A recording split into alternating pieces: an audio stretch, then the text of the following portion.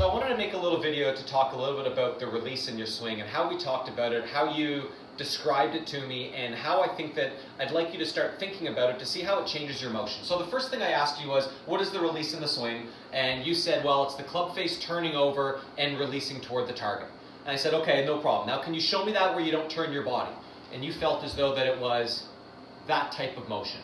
And that's not exactly what we're talking about. So the release in the swing has to do with rotating the shaft. And the shaft can rotate around itself, right? You can hold the shaft here and twist the face open and close. The shaft can also rotate around either end. I can rotate the shaft around the end of the club, but I can also rotate the shaft around maybe the middle of the club, right? So it depends on where along the shaft I want to rotate it this way, but then it also can rotate that way. But I don't want to talk about this because that's not the release of the golf club that I'm saying.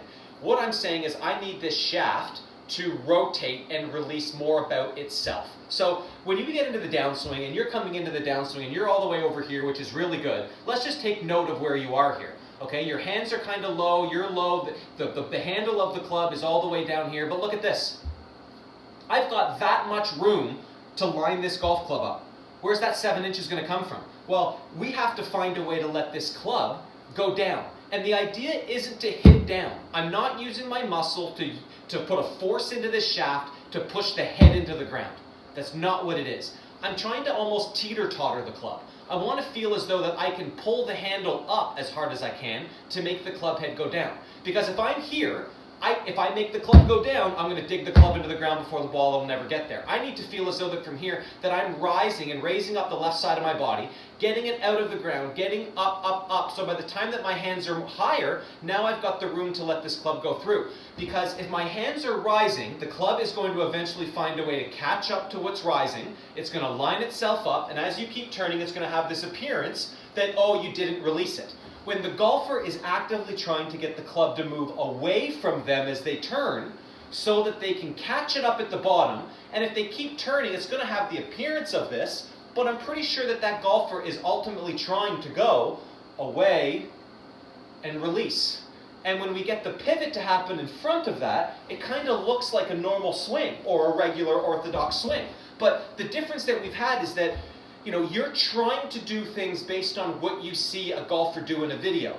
You think he's trying to hold on to an angle, and then later on in the swing, he's trying to release the club, when that's not happening at all. The player is trying to do something else. They're trying to get the club to go away from them, and they're trying to line the shaft up and let it rotate at the bottom. They're trying to do that, not this. We're not trying to get this thing to work really close to us. We want to do our best to get it further away. So the idea that we've got that we're working on is that when you start your downswing and you feel like you're getting lower, from here on in I need to feel like your left leg starts to straighten, your hip goes up, your shoulder goes up, which is going to pull your arm up to create space for the vertical release of the shaft. And then from there, as this continues to rehinge, you're going to have a better finished position on this side where you're not all the way over here and losing your balance a little bit. So I'm hoping that kind of an idea and concept can work into your ideas in your swing, but hopefully it takes away from what you think you're trying to do, change you're trying to do, and you're going to end up looking like what you think it should have looked like in the beginning.